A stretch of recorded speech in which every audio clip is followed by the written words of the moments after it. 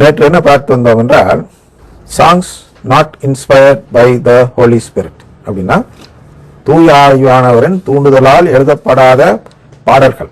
இந்த பாடல்கள் தான் அருங்குறை பாடல்கள் என்பதை நேற்று பார்த்து வந்தோம். அது பாடுவது பாவம், எப்படி பாவம் என்று பார்த்து முடித்தோம். இப்போ அடுத்து திருத்தந்தையர்கள் என்ன சொல்கிறார்கள் என்றால், songs with no biblical foundation. பாருங்க, அவர்களும் திருவிழியத்தை தானே கடைபிடிக்கிறார்கள் என்று சொல்வார்கள், அல்லது நாங்களும் திருவிழியத்தை தானே கடைபிடிக்கிறோம் என்று அருங்குறை இயக்கத்தினர்கள் நம்மை பார்த்து கேட்கலாம். அது அப்படி சொல்ல மாட்டாங்க. எப்படி சொல்லுவாங்கன்னா, நீங்க திருவிழியத்தை கடைபிடிக்கல, நாங்கள் தான் திருவிழியத்தை கடைபிடிக்கிறோம் என்று இருமாப்புடன் சொல்வார்கள். அதுதான் இருந்தாலும் அவங்களை பொலைட்டா சொல்றோம். அப்ப அங்கதான் எல்லோரும் ஏமாந்து விடுகிறோம். அந்த சொல்ற யாராச்சும் அப்படி சொல்லிட்டா அவங்களுடைய பெயர் வாழ்வு தரும் நூலிலிருந்து நீக்கப்பட்டு விடும். நேற்று கூட பார்த்தோம் அந்த பாடல் பாடும்பொழுது. இங்கேயும் அதுதான். அருங்குறை இயக்கத்தினர்களும் திருவிழியத்தை கடைபிடிக்கிறார்கள் என்று ஒரு கத்தோலிக்கர் சொல்வாரே, ஆனால் அவருடைய பெயர் வாழ்வு தரும் நூலிலிருந்து இமீடியட்டா உடனடியாக நீக்கப்படுவது என்றால் அவர் அன்று முதல், அந்த நொடி முதல் அவர் கத்தோலிக்கர் அல்ல. ஏனென்றால் பிப்ளிக்கல் ஃபவுண்டேஷன், இந்த அடித்தளம் ஓமை கூட வரும். பாறை மீது அடித்தளமிட்டவர், மணல் மீது அடித்தளமிட்டவர் என்று வரும் அல்லவா? அதுதான் பாறை மீது அடித்தளம் இடுவது அப்படிங்கிறது பிப்ளிக்கல் ஃபவுண்டேஷன். திருவிழியத்தின் மீது அடித்தளம் இட்டு நாம் வாழ்வது, அந்த அடித்தளம் இட்ட நம்பிக்கையின் அடிப்படையில் வாழ்வது என்ற நிலை. அது என்ன நிலை? ஏற்கனவே சொன்னதான், ஃபில்லியல் அடாப்ஷன் தான் நமக்கு திருவிழியம் சொல்கிறது என்று கத்தோலிக்கர்கள் சிசிசி கோட்பாடுகள் போதனை மூலமாக நம்புகிறோம். ஏன் சிசிசி கோட்பாடுகள் போதனைன்னு சொல்றேன்னா, இன்னொரு போதனை இருக்கிறது நம் திருச்சபையில், குருக்களின் போதனை. இந்த குருக்கள் சிசிசியை தான் போதனையா சொல்லணுங்கிறது திருச்சபையின் எதிர்பார்ப்பு. ஆனால் அநேக குருக்கள் சிசிசியை படிக்காதவர்களாக தான் இருக்கிறார்கள். அவங்க எப்படி சிசிசியை போதிப்பார்கள்? அந்த நிலைப்பாடு நம் திருச்சபையில் இருக்கிறது. ஆனால் அந்த குருக்களுக்கே ஒரு விஷயம் புரியவில்லை. எது தெரியவில்லை என்றால், சிசிசியில் சொல்லியிருப்பது ஃபில்லியல் அடாப்ஷன். ஃபில்லியல் அடாப்ஷன் தான் மீட்பு என்று சிசிசியில் சொல்லியிருக்கிறது என்று அவர்களுக்கே தெரியல. நிறைய குருக்கள் என்ன கேட்கறாங்க, சிசிசினா என்ன அப்படின்னு என்கிட்ட கேட்கல, ஒரு குரு இன்னொரு குருட்ட கேட்கிறார் இந்த நிகழ்ச்சியை பார்த்த பிறகு. அது மாதிரி நிறைய கேட்கிறார்கள். அந்த நிலையில் இருக்கிறது, அந்த அவல நிலையில் இருக்கிறது நம் திருச்சபை. அப்ப பிப்ளிக்கல் ஃபவுண்டேஷன் தனக்கு தெரியும், எல்லாரும் பீத்திக்குவாங்க. எனக்கு தெரியும், பைபிள் தெரியாதா? நாங்களாம் பைபிள் படிக்கலையா? படிக்கிறீங்க. சிசிசி படிச்சாதானே பைபிள் என்ன சொல்லியிருக்குன்னு புரிஞ்சுக்க முடியும். ஏன்னா எல்லாமே ஓமைகள் வாயிலாக பேசுகிறார். மத்தேயு 13:10-15 வாசிச்சு பாருங்க. உங்களுக்கு ஓமைகளுடைய பொருள் புரிய வேண்டும் என்றால் சிசிசியோடு சேர்ந்து, சிசிசி தான் பைபிளுடைய திறவுகோள். பைபிள் என்ற பூட்டை திறக்கும் திறவுகோள் அப்படின்னா, பைபிள் ஏன் பூட்டுனா, ஒவ்வொரு ஓமையும் பூட்டு, ஒரு கருத்துடைய பூட்டு, ஒரு புரிதலுடைய பூட்டு. அதை நாம் திறந்து பார்க்க வேண்டும் என்றால் சிசிசியில் பொருளை தெரிந்து கொண்டு திருவிழியத்தை வாசித்து பார்க்க வேண்டும்.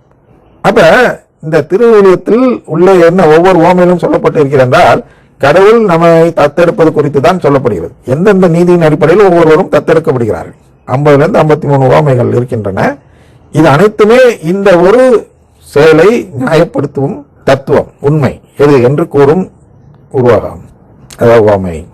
அதனால் பிப்ளிக்கல் ஃபவுண்டேஷன் அப்படின்னா எது என்றால், சிசிசி அடிப்படையில் ஒரு பாடல் எழுதப்பட்டிருந்தால் அது பிப்ளிக்கல் ஃபவுண்டேஷன் உள்ளது. சும்மா இறை வார்த்தை எடுத்து அப்படியே எழுதுனது இருக்கு. உதாரணத்துக்கு, யாரிடம் செல்வோம் இறைவா, வாழ்வு தரும் வார்த்தை உம்மிடம் தானே இருக்கின்றன என்று பேதுரு சொல்லும் வசனத்தை வைத்து ஒரு பாடல் எழுதியிருக்கிறார். உடனே இது பிப்ளிக்கல் ஃபவுண்டேஷன் உள்ள பாடல் தானே என்று கேட்கிறார்கள். நீங்களும் கேட்பீங்க, அதுக்கு பேர் பிப்ளிக்கல் ஃபவுண்டேஷன் இல்ல. யாரிடம் செல்வோம் இறைவா, வாழ்வு தரும் வார்த்தை உம்மிடம் தானே இருக்கின்றன என்று பேதுரு ஏன் சொன்னார் என்றால், நீனும் வெளியேறுவதாக இருந்தால் வெளியேறிக்கொள் என்று இயேசு அவரை பார்த்து சொல்லும் பொழுது, ஐயோ நான் வெளியேற மாட்டேன், நான் திருச்சபைக்குள் தான் இருப்பேன் என்று சொல்வதற்காக எழுதப்பட்ட வசனம், பாடல்ல. ஆனால் அந்த வசனத்தை பர்க்மான்ஸ் எழுதும் பொழுது, அதாவது அவருடைய முதல் பாட்டு என்று சொல்கிறார்கள் அவருடைய வரலாற்றில். என்ன சொல்கிறார் என்றால், இவர் வேறு சபை, வேறு நம்பிக்கையுள்ள சபைக்கு திருட்டுத்தனமாக போயிட்டு வரார். அப்போது அவருடைய சுப்பீரியர் ஃபாதர் இருப்பார், அவர் சின்ன குருவாக பர்க்மான்ஸ் இருந்த பொழுது பெரிய குருவானவர் இருப்பார் அல்லவா, அவர் திட்டுறாரு அவரை. எப்படி நீ பாட்டு என்ன கேட்காம போன வந்த, போகக்கூடாது, நான் சொல்லியிருக்கேன், நீ எப்படி மீறி போன அப்படி இப்படின்னு திட்டுறாரு. திட்டினோன்னு அவருக்கு அழுகையா வருது. அப்ப போய் அங்க சின்ன சாப்பிள்னு இருக்கும் இல்லையா, நற்கரணைக்கு முன்னாடி உட்காந்து, சிற்றாலயம் அப்படின்னு அந்தந்த இதுல இருக்கும், அது ஒரு ரூம் மாதிரி இருக்கும். அதுல உட்காந்துட்டு அப்பதான் அந்த பாடல் எழுதுறார். அதாவது அங்க பாடுறார். என்ன பாடுறாருன்னா, யாரிடம் செல்வோம் இறைவா, வாழ்வு தரும் வார்த்தை அந்த சபையில் தானே இருக்கிறது, அதற்காக தானே நான் போனேன். எப்படி அங்க வாழ்வு தரும் வார்த்தை இருக்குங்கிறதுக்காக நான் போனேன், என்ன போய் அநியாயமா இந்த ஃபாதர் திட்டுறாரு. அப்ப இவரோட நம்பிக்கை என்ன ஆகிட்டது, அன்றே வெளியேறிவிட்டார். அவர் என்னைக்கு வாழ்வு தரும் வார்த்தை பெந்தோல் சபையில் இருக்கிறது என்று சொன்னாரோ, அன்றே அவர் பில்லியல் தத்தெடுப்பை நம்பாதவர்களாக மாறி அவருடைய பெயர் வாழ்வு தரும் நூலிலிருந்து அன்றே கடவுள் எடுத்து விட்டார். அதற்கு பிறகு 10 ஆண்டுகள் பல ஆண்டுகள் கழித்துதான் இவர் நற்கண்ணையில் இயேசு இல்லை என்று சொன்ன பிறகு இவர்கள் வெளியேற்றுகிறார்கள். ஆனால் வாழ்வு தரும் நூலில் இருந்து அவர் பெயரை இவர் வெளியேற்ற போது எடுக்கவில்லை. அந்த பாடல் பாடுவதற்கு பிள்ளையார் சொல்லி போட்டார் அல்லவா, முதல் எழுத்தை எழுதினார் அல்லவா, அப்படி வச்சுக்குவான். அந்த முதல் எழுத்து எழுதும் போது இவர் அவுட், அம்பேல். அதன் பிறகு அவர் பாடல்களை பாடுவார் எல்லாருமே கிட்டத்தட்ட அந்த நம்பிக்கைக்கு மாறியவர்கள். இன்று பாடுகிறார்கள். யாரிடம் செல்வோம் இறைவா எப்போ பாடுவாங்க தெரியுமா, இந்த துக்கத்துல பாடுவாங்க. துக்க திருப்பலி, துக்க சடங்கு இருந்தாலும் உடனே வாழ்வு தரும் அந்த இது பாட மாட்டாங்க. இறந்தோர் வாழ்வு அப்படிங்கிற அந்த பாடலை பாட மாட்டார்கள்.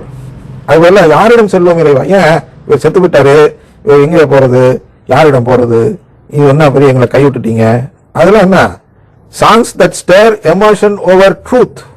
வென்று விட்டாய் கிறிஸ்தவனேன்னு ஒரு பாட்டு இருக்கு, பழைய காலத்து பாட்டு. அநேக பங்கில் அது என்ன அப்படி ஒரு பாட்டு இருக்க கூட தெரியாது. வென்று விட்டாய் கிறிஸ்தவனே என்ற பாட்டு பாடப்படும் பொழுது இவர்களுக்கெல்லாம் அது பொருத்தமான பாட்டாக தெரியாது. ஏன் ஒருத்தர் செத்து இருக்கிறான், அவனுக்கு போய் வென்று விட்டாய்ன்னு சொல்றீங்க அப்படின்னு சண்டைக்கு வருவாங்க. அதுதான் கத்தோலிக்க பாட்டு.